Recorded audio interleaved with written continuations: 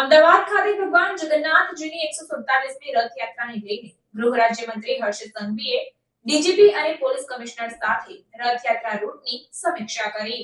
અમદાવાદમાં 147મી રથયાત્રાને લઈને લોકોમાં ભારે ઉત્સાહ જોવા મળી રહ્યો છે.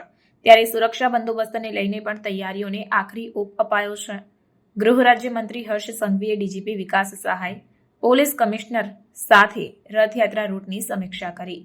અમદાવાદમાં આવતીકાલે જમાલપુરના જગન્નાથજી મંદિરથી ભગવાન જગન્નાથજી, ભાઈ બળદેવજી અને બહેન સુભદ્રાજી નગરચર્યાએ નીકળશે અને ભક્તોને દર્શન આપશે. જો કે ભગવાન જગન્નાથજીની 147મી રથયાત્રાને લઈને સુરક્ષાના પણ ચુસ્ત બંદોબસ્ત કરવામાં આવ્યા છે. આ વખતે પ્રથમવાર રથયાત્રા રૂટ પર ઇમરજન્સી કોલ્સ બોક્સ લગાવવામાં આવ્યા છે.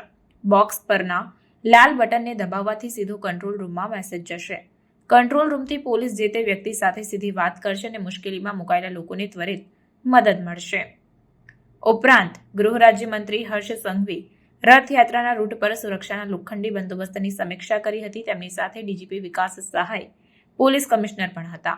જગન્નાથ મંદિરમાં ગૃહ રાજ્યમંત્રી હર્ષ સંઘવીએ પૂજા પણ કરી હતી. અમદાવાદમાં 147મી રથયાત્રાની રંગેચંગે તૈયારીઓ વચ્ચે ભગવાન જગન્નાથજી સોનાવેશ ધારણ કરશે.